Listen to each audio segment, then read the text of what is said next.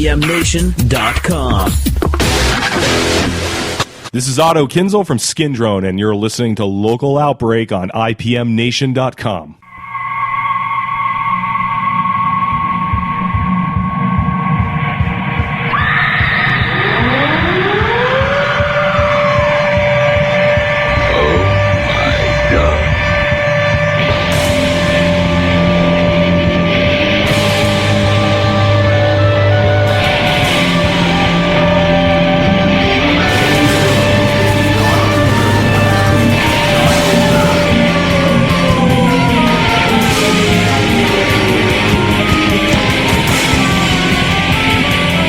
Local Outbreak on IPMNation.com. This is Matt from IPMNation.com. And of course, we are at the studio as we are every Tuesday night. So if you ever want to come on down, check out the show while we're recording, you can do that. We are at 50 Canal Street in downtown Laconia. And the studio nh.com is a website if you want to learn more about this wonderful place. Funky little gift shop and art gallery. And in fact, there's a lot of cool art on the wall here right now. So come on down and check it out. And always very grateful to Melissa for letting us record the show here every week. And of course, CentralNHEvents.com is our sponsor. CentralNHEvents.com. If you need a DJ for your event, go to CentralNHEvents.com. Mr. Tim Martin does a fantastic job, and he's a big part of what makes this show possible because we use his equipment every week. So very grateful to Tim as well. And we have here, we were just talking off air, you are a returning guest, maybe your fifth or sixth time here, Mr. Otto Kinzel. Thank you very much. It's always great to be here. It's always a fun time. So we've had to postpone this most recent that's true, yeah. Thing a couple of times because we had the back-to-back snowstorms where we got a foot of snow, and then like a week later, also on a Tuesday, I think we also got a foot of snow. But you've got all this facial hair now, so yes. it's kind of like a Star Trek thing, like you're the evil Otto Kinzel. That's right. Well, you grow a goatee, and that signifies that you're evil. Yes. And I told you when I first got here, it took me about 6 weeks to grow. I grow facial hair very slowly, and after about a month, my wife says I look like a werewolf going through chemotherapy because it's so patchy the way it comes in. Right. But give it a couple. You got to hang in there, and eventually it comes in a little bit thicker. And now I think I could actually pass as an adult. I have somewhat of a beard. There you go. You gonna keep it for the winter? I'm gonna absolutely keep it for the winter. My goal is to grow it all winter, and then in the springtime I'll make a decision if I want to cut it or not. But it's always been something. I've never really been in a position to grow a beard before because I've never had the ability to wait it out through the in between stages where it just looks terrible. Yeah. So now that I'm kind of on the other side of that, I'd like to go with it as long as I can and see what happens. Yeah. Well, you've always got a lot of different projects going on, and I know tonight we're going to kind of focus on Skin Drone, which is your, how do you describe this project? Technical death metal. Where it started, I wanted to get back into playing metal and doing something extreme. Yeah. So I wanted an extreme metal project that had elements of technicality, maybe some elements of symphonic death metal, symphonic black metal, grindcore, stuff like that. Because that's all stuff I listened to, and I finally wanted to have a project that was dedicated to the kind of underground extreme genre. Yeah. So, I kind of put it all together, found a great vocalist in Brandon Finney from Rochester, and the two of us have just been kind of doing it. So we're looking for, all the drums are programmed right now. We're looking for a live drummer and a live bass player, but we are playing live. We do have a bunch of dates booked. Excellent. We're going to be out there playing because if we sit there and wait for people, who knows how long that could take. So we just figured, screw it. We'll do it just a 2-man thing. We'll play live. We run the drums and the bass as backing tracks. Yeah. Which I have lots of experience in from all the industrial projects I've been involved in. So That's true. Well, let's play something, and then we'll come back and we'll talk some more. What do you want to play to start out?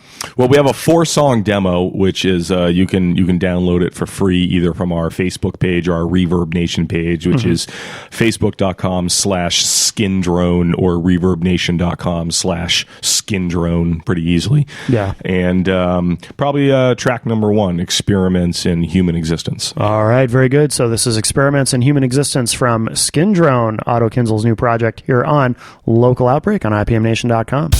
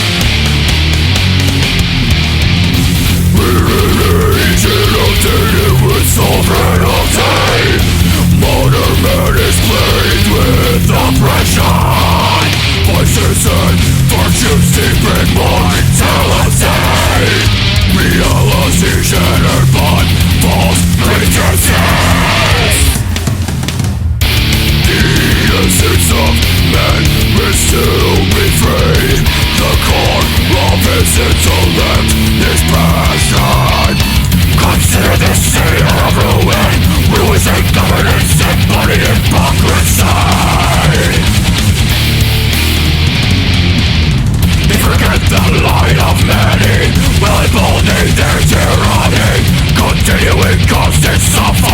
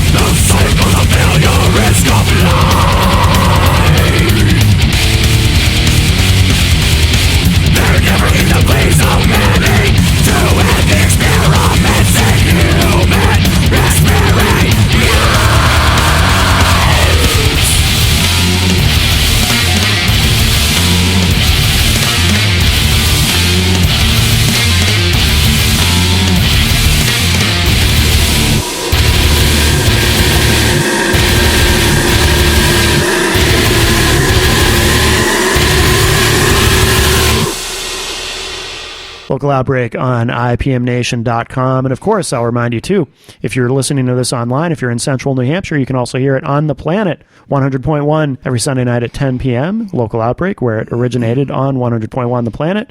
And of course, here on IPMNation.com, where all the shows are archived, by the way.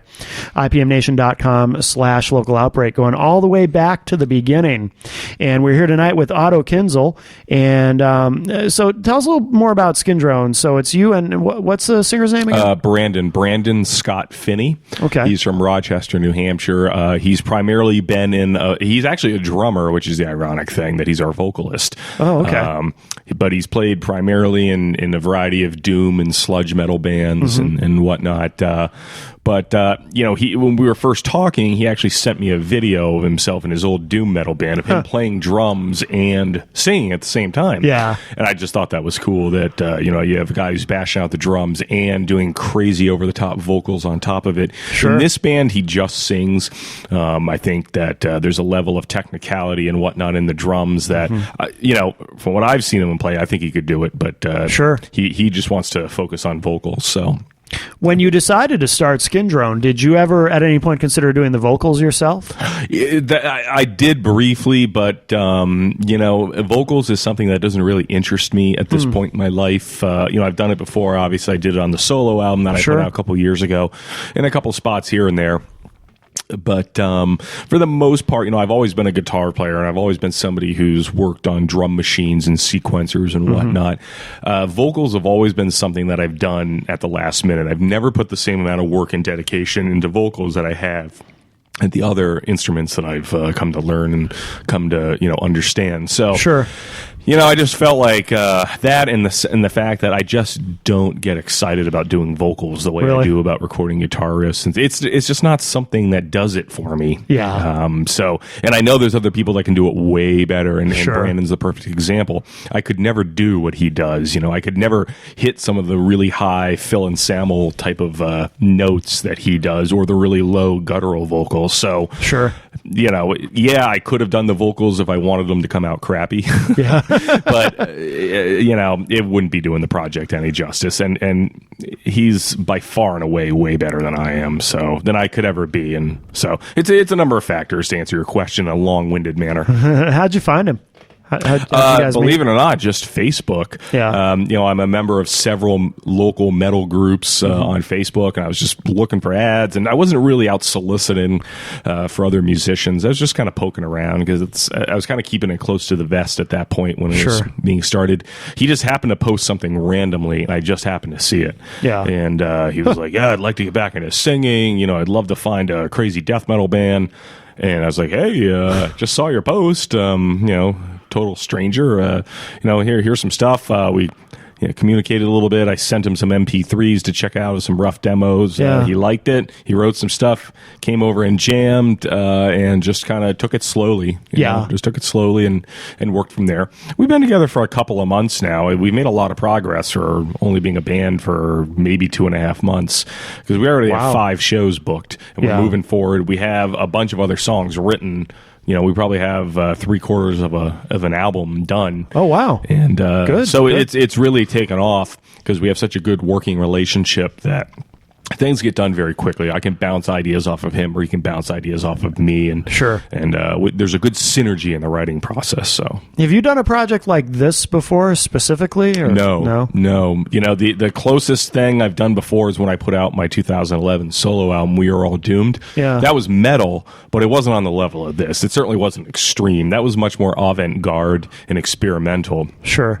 This is like really trying to keep it true to technical extreme metal. There's grindcore parts. There's certainly some slamming guttural death parts, trying to get a little bit of a black metal element in there as well as certain things. I like to think of it as extreme metal. We're technical. We're tech. Definitely, I like pushing the envelope of the musicianship with all sorts of crazy changes and whatnot, and the timing and whatnot. But instead of just calling it technical death metal, I like to think of it as tech extreme metal, because we have elements of other things. We definitely have elements of black and grindcore and some crust and whatnot going on there. A little bit of thrash. So it's trying to kind of make it a giant smorgasbord of different styles of metal, but still keep it extreme, still keep it underground, still keep it true to the bands that inspire us, like Gore Guts, Necrophagist, Cattle Decapitation, Big Destroyer, bands like that. So, by the way, what is crust? I've literally crust never punk? Yeah, crust punk. I've never heard that term before. Oh, really? It's been around since I would say the early 80s. Really?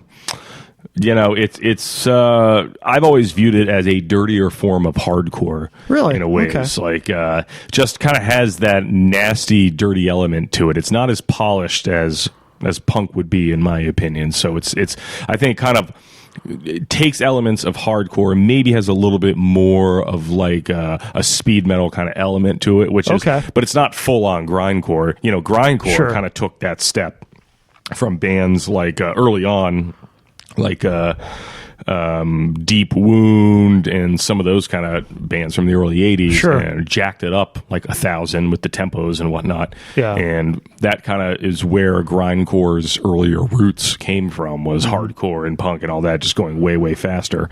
So crust punk kind of, in my opinion anyways, doesn't make that full leap into grindcore. Yeah. But definitely you can hear some elements in it. Okay. So when doing a project like this, where you kind of, it sounds like you had a pretty specific vision of what you wanted this to be. Yeah.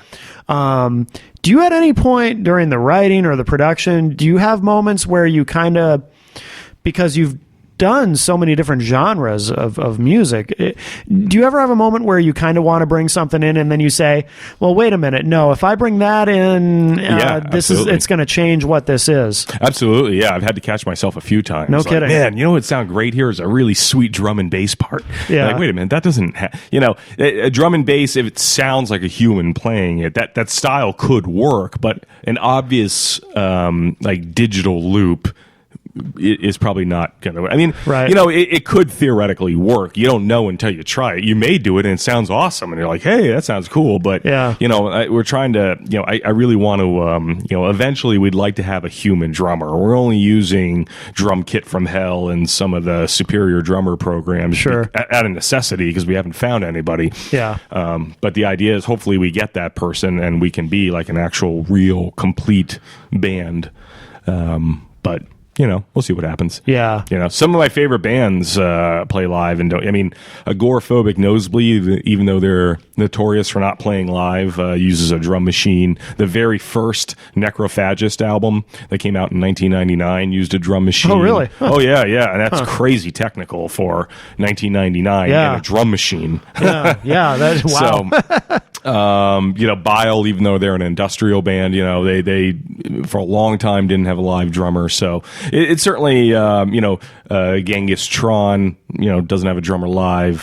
So there's certainly precedent for it. We're certainly not doing anything that's like breaking the mold or completely revolutionary. But for something like this, I miss feeling the power of being in the pocket with another human in the rhythm section. Sure. Yeah, absolutely. And of course, I've seen that up close with Chemical Distance for a long time. We played without a drummer. That was my first experience actually in a live band playing without a drummer, until Mark came in kind of toward the end. But we had, and there's certainly pros and cons. I mean, when you're working with sequencers and whatnot live, they can be cool, and the amount of diversity that you can bring to them. I mean, like anything, you're only limited by your own creativity and your own vision. Sure. But if you screw up, the machine isn't going to stop and wait for you. So you got to be on the money with your timing. And especially with Skindrome, everything's so much faster and so much more intense. I have to practice all the time, or else I just get sloppy with the guitar parts. Really? Yeah. They're difficult to play because the timing is so quick and everything is so precise, but they're also physically difficult to play because there comes times you're just fatigued. So I've had to start working out my forearms again. Throughout the day I have one of those hand grips that I just use constantly to kind of reinforce the muscles in there. I got to practice all the time for timing purposes. So I mean, I enjoy that I'm writing songs and playing in a band that forces me to practice, or else I'll be sloppy. Is this the most technical project that you've done? Yes. Okay. Yes, without question, the most technical. In some ways, technical in the terms of, technical in a different way. Technical in how quick everything changes and some of the timings, and there's a lot of off-time stuff going on, and a lot of the parts change on an off beat. Yeah. So being on top of those, it's very technical.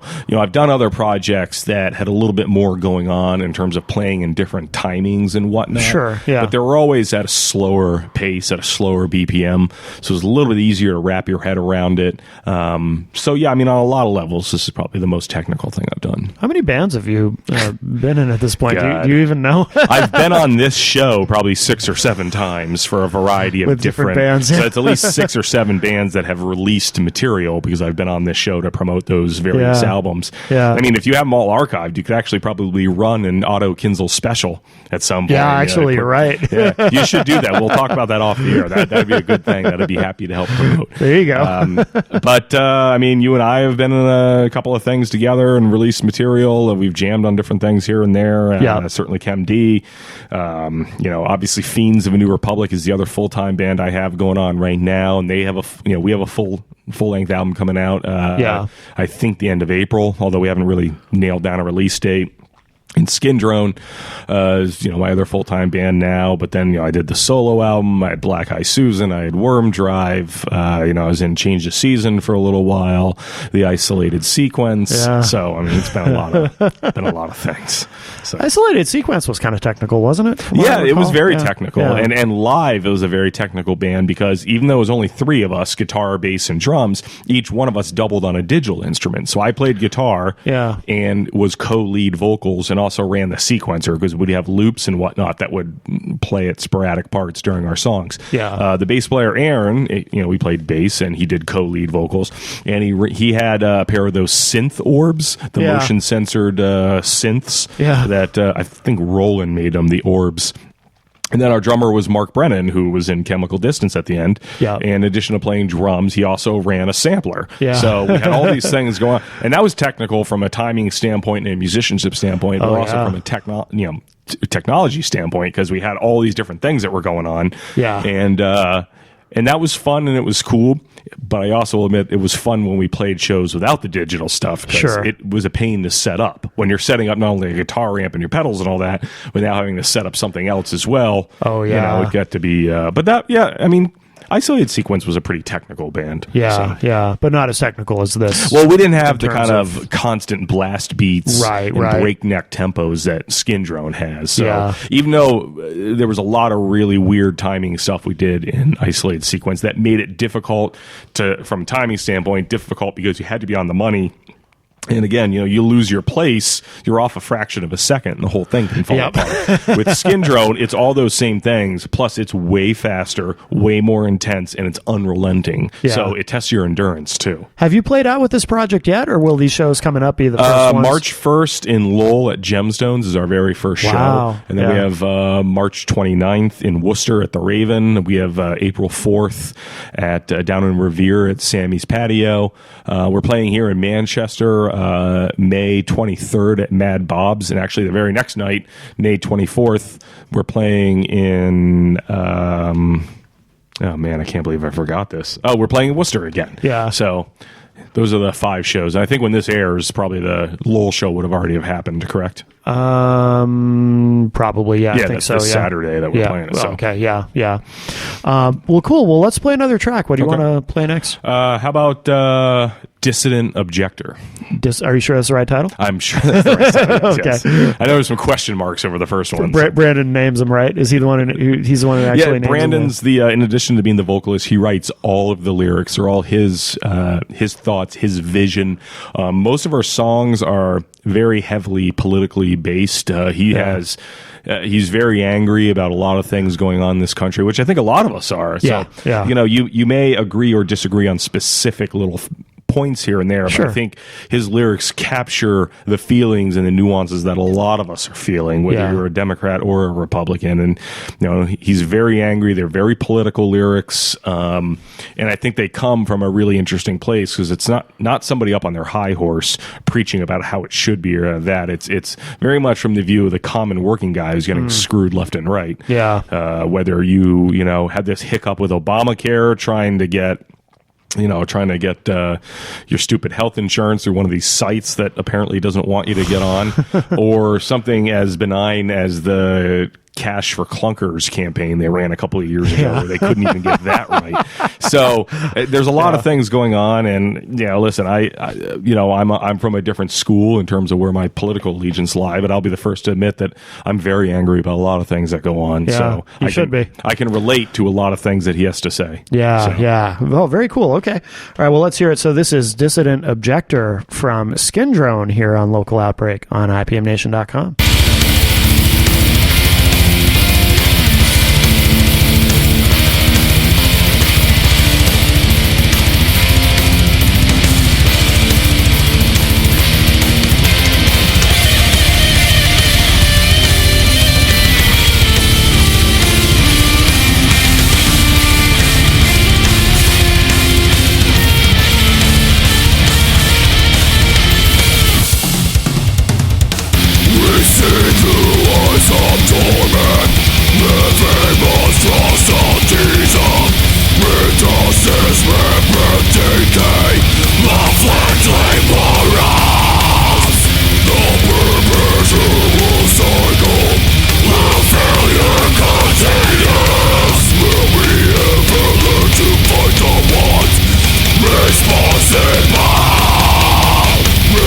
If the suffering continues, convinces the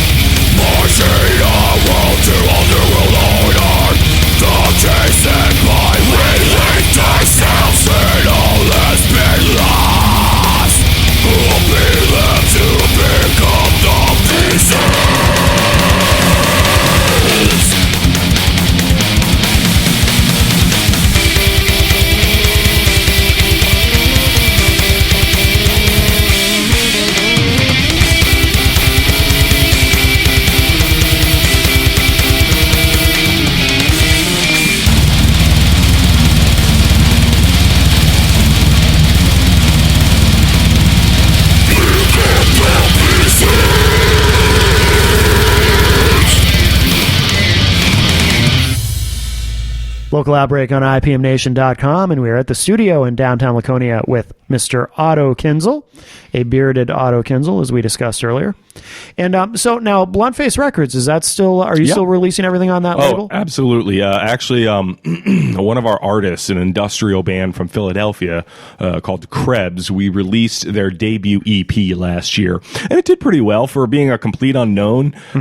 Basically, a high school kid, a kid who was a senior in high school, and didn't, because of that, because he was in school, he didn't have the ability to go out and play tons and tons of shows. He was obviously restricted to, weekends and homework and crap like that. Yeah. And also his age. It's very difficult down in the Philadelphia area, I guess, to play shows if you're not 21 or to play in bars. I don't know personally, but from some places are strict about that. Yeah, what he was telling me, he had a very difficult time booking shows at bigger venues around there, and always had to stick to the like the VFW halls, the all ages shows, which in my opinion isn't a bad thing. I love playing those shows. Oh yeah. I love it. I think the crowds are so much more enthusiastic. The kids are so much more passionate. Well, because they're there to actually hear live music, and they're not there to drink a beer and the music is the soundtrack. They're actually there for the music specifically. So, but I digress. So his debut EP did pretty well. He sold probably a little under 400 copies. Yeah. Which probably people out there listening would be like, well, it doesn't sound like a lot, but. Considering in that 2014 it is. Full length too. That's not counting. That's full EP downloads, full unit downloads. Yeah. That's not counting individual songs. And Sure. if you're counting individual onesie twosies, it's closer to 1,000. Yeah. So for an EP, for a debut, not that bad. No, that's great. That's great. So and it was enough to get us going to the second release, which is going to be a full length. Comes out March 31st. It's called World in Ashes by Krebs. We have the first 2 singles online that we're giving out to various radio stations and whatnot. The average person can go to bluntfacerecords.com, go to the online store, Krebs, which is the artist, and as soon as you go to their album page in the online store, there it is, the very top one. Glitch March and a song called Bullet in the Eye is the first 2 singles. Okay. And, it's I'm really impressed with him because now he's a freshman in college, and he's still, out there doing it. He's still obviously got the school thing going on, which limits him a little bit in what he can go out and do in terms of aggressive. He can't go on tour right now. Right. But it's such a big artistic step forward that you listen to it and it's like, wow, this sounds like somebody that's really matured, really come into their own. Songs are a lot more complex. The layering and the production is incredible. He did all his own mixing. I mastered the album. I mastered his debut EP, and I also mastered this one. And when he gave me the final mixes to master, it was incredible. I mean, it's a headphone album, if there ever was one. Yeah, it's so aggressively layered, and the panning is done so brilliantly. If you like early Nine Inch Nails, or if you like mid 90s era KMFDM stuff like that, you're gonna love this because it's it's very heavily electronic bass, but it's also very aggressive. Really? There's some very crunchy guitar riffs in it, and they're just good songs with good hooks. So I think this one's going to do even better, and hopefully we can continue to build momentum. How did you find him? One of the other bands on our label, Varicella, who's also an industrial band out of the Philadelphia area, recommended me to him. Most of the bands on Bluntface, we don't really openly solicit other bands. Sure. Everybody on there is usually because they know somebody, or they were recommended by somebody, or sponsored by somebody, for lack of a better term. Varicella was like, hey, you got to check out this kid, Michael Haggerty from Krebs. And so I did, and he put me in contact with him. Same thing with Varicella. Johnny Virum from Virus Cycle had played a bunch of shows in New York and New Jersey and Philly with Varicella, and he said, hey, my buddy Chris Bollinger, he's got this band called Varicella. They're pretty good. They're like old school Ministry. You should check them out. And that's how I came to know him. So it's really the biggest endorsers of new talent for Bluntface are the bands that are already on the label who come across. We try to always empower the other artist. If you see somebody who's cool, or you find something you really dig, let's see if we can work with them. Let's bring them to the table, because it's only going to help all of us. Right. So we have that album coming out, Krebs, World in Ashes, on March 31st. Fiends of a New Republic, which is my industrial rock band with Pixie Dust and Serafina. For people who haven't heard us, we're female-fronted industrial rock, kind of like Kidney Thieves, which is probably be the biggest comparison we've gotten. That album's going to come out either the very end of April or mid-May. We haven't really nailed down a date yet, but the album's done. All the mixes, all the mastering, everything's done.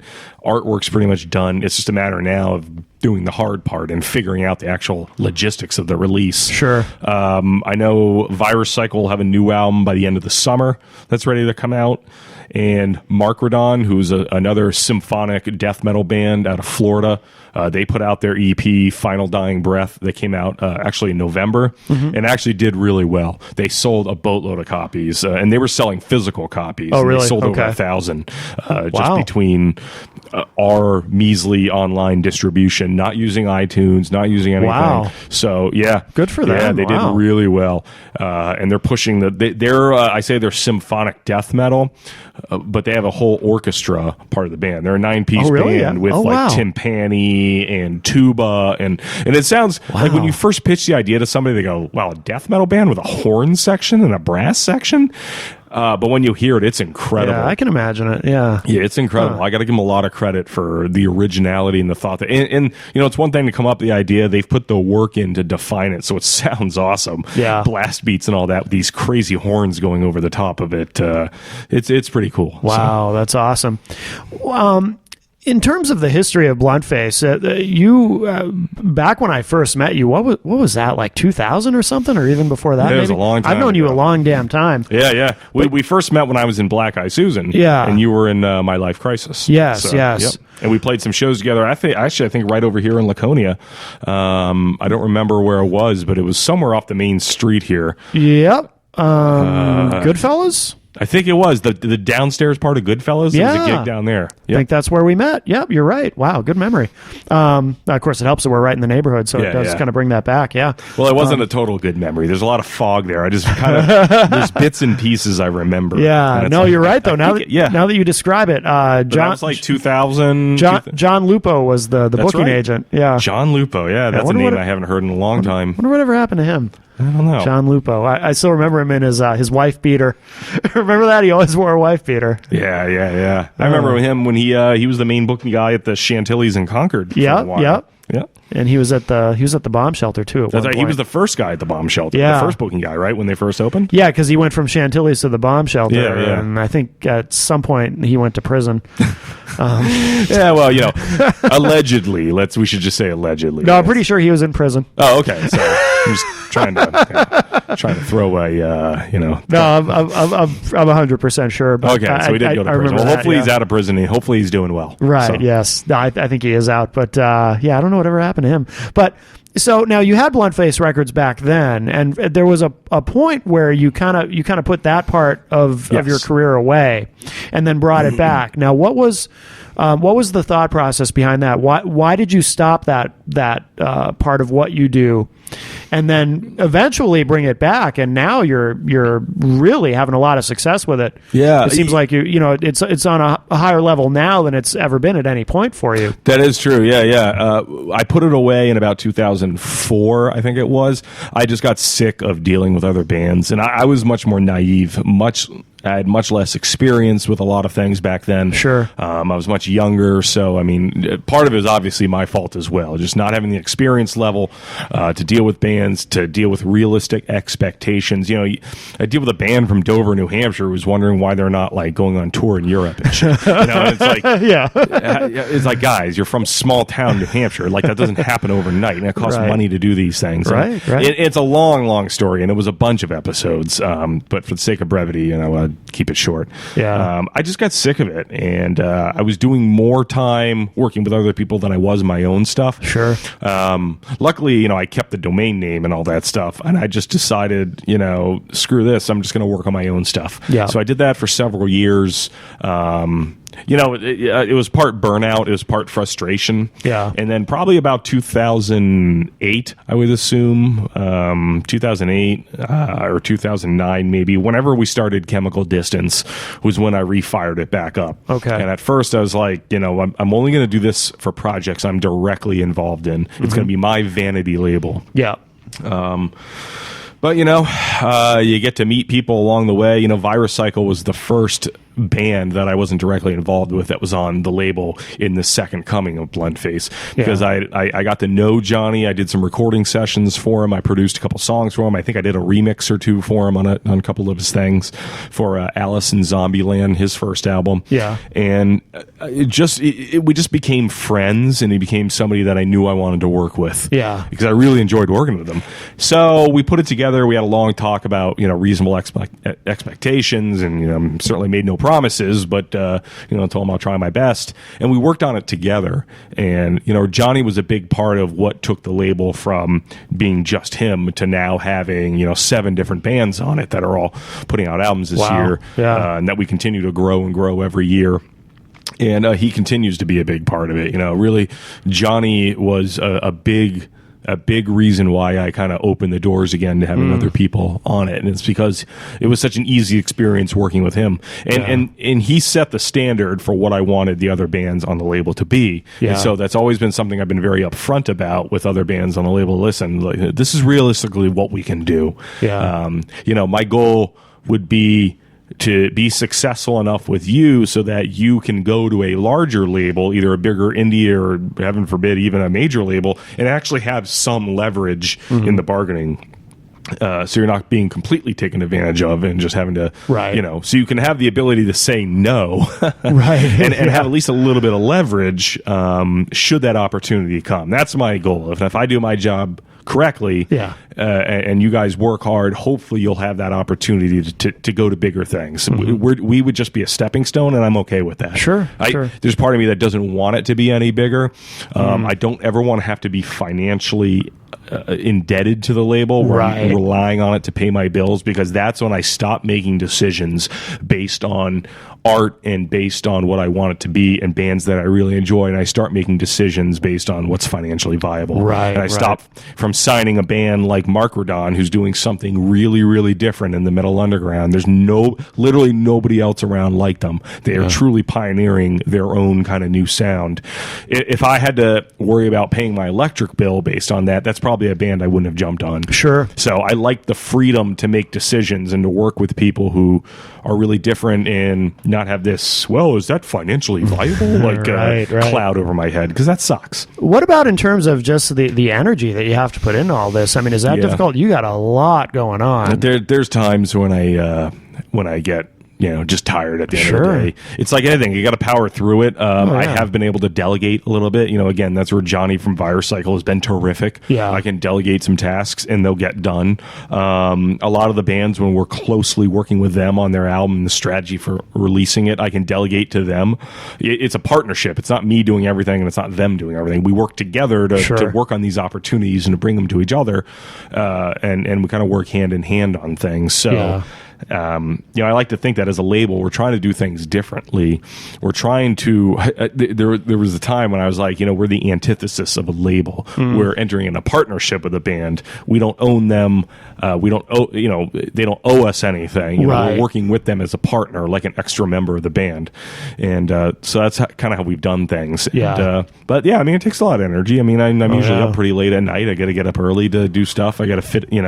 You got a family in the whole deal. I got a family. I got a little girl that requires a lot of time, and it's just, I don't know, when something's important, you find a way to get it done. Right. You have to.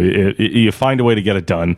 I owe it to the bands, and I've learned not to bite off too much. That's why we try to keep our releases at around half dozen a year. Yeah, because that's manageable. Any more than that, it gets to be too much. Sure. And I've learned that from personal experience. Too much. You know? So. We'll have the releases that I mentioned earlier. We're going to have a couple of online compilation albums that are coming out. Good. And stuff like that. And that will be 2014. We already have the majority of our roster set for 2014. Excellent. So. Excellent. Wow. All right. Well, let's play another track. What do you want to play? Probably Siege Works from Skin Drone. That's another really heavy hitting song. Okay, cool. So this is Siege Works from Skin Drone with our guest tonight, Otto Kinzel, here on Local Outbreak on IPMNation.com.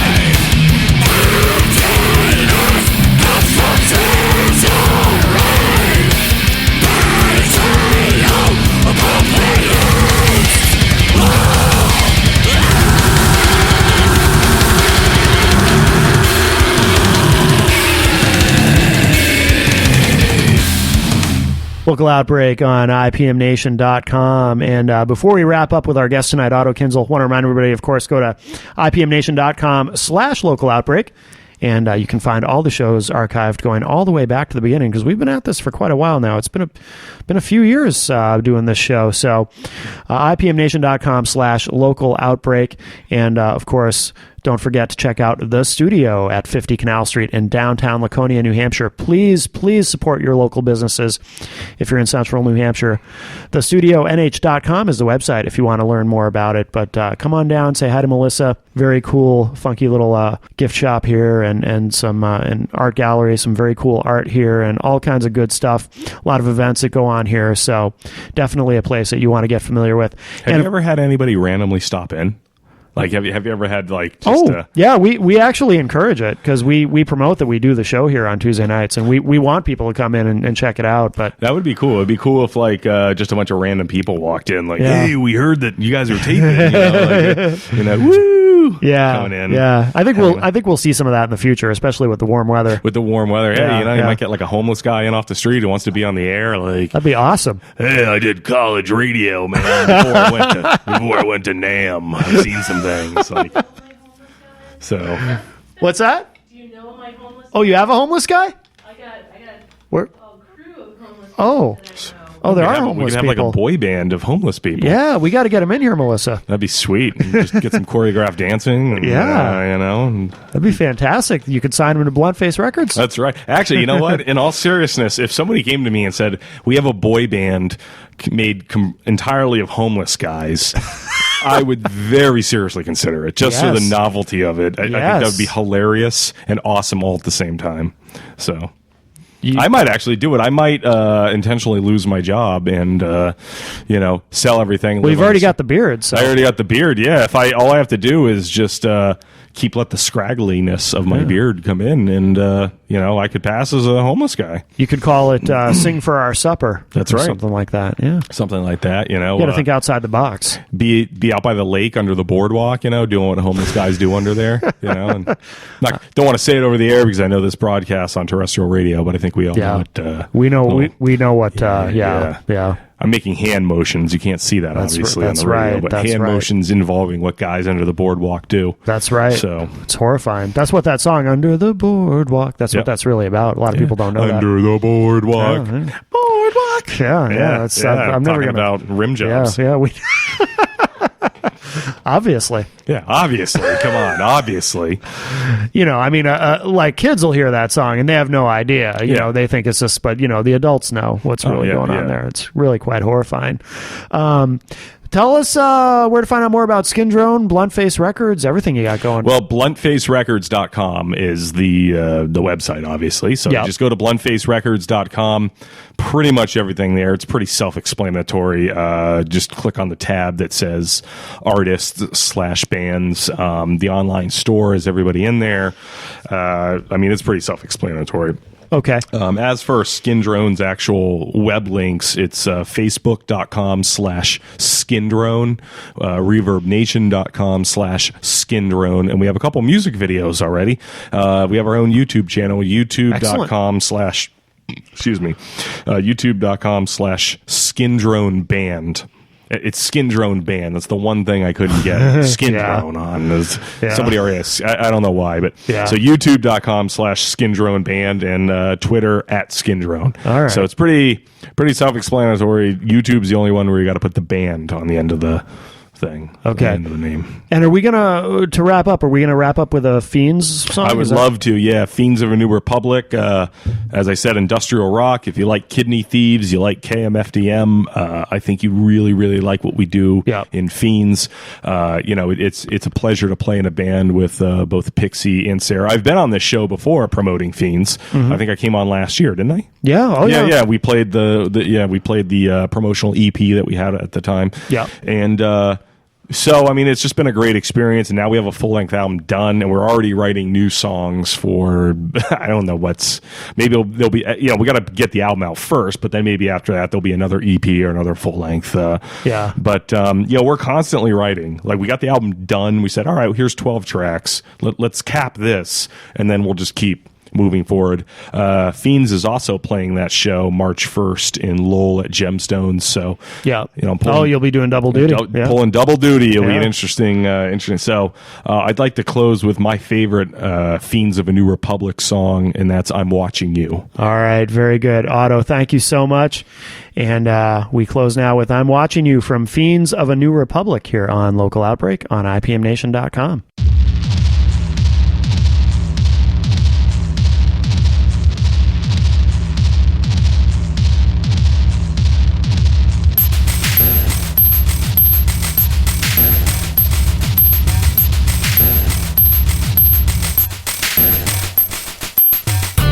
I'm not looking at you. Something's in my eye. I'm not talking about you now. That is a lie. I'm not wishing on you. Deny, just deny. I'm not wanting you, that's your thought, not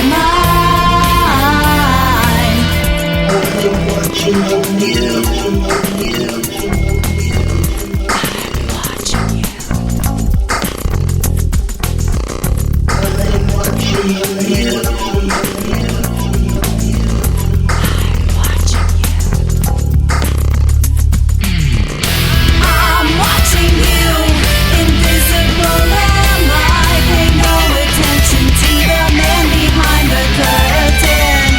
I'm watching you, I'm watching you, I'm watching you breathe.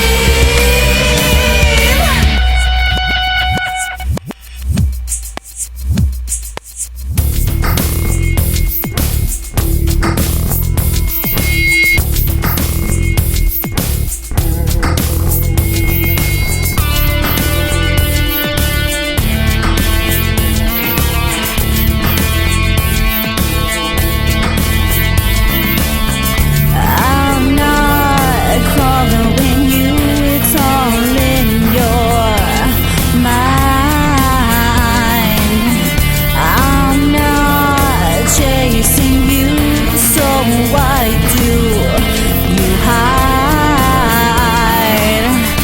I'm not hoping you'll view me as your bride. I'm not lost in you, so just let me inside.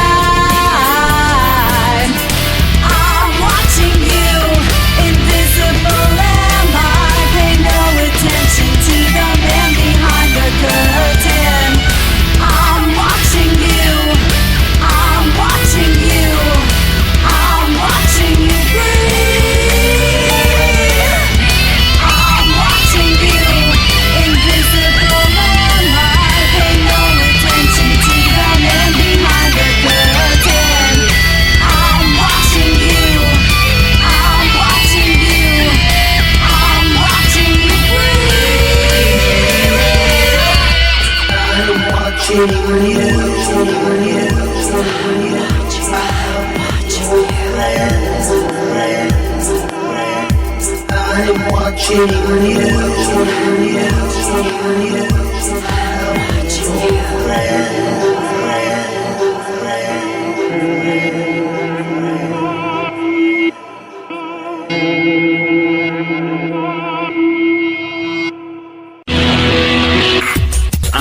IPMNation.com.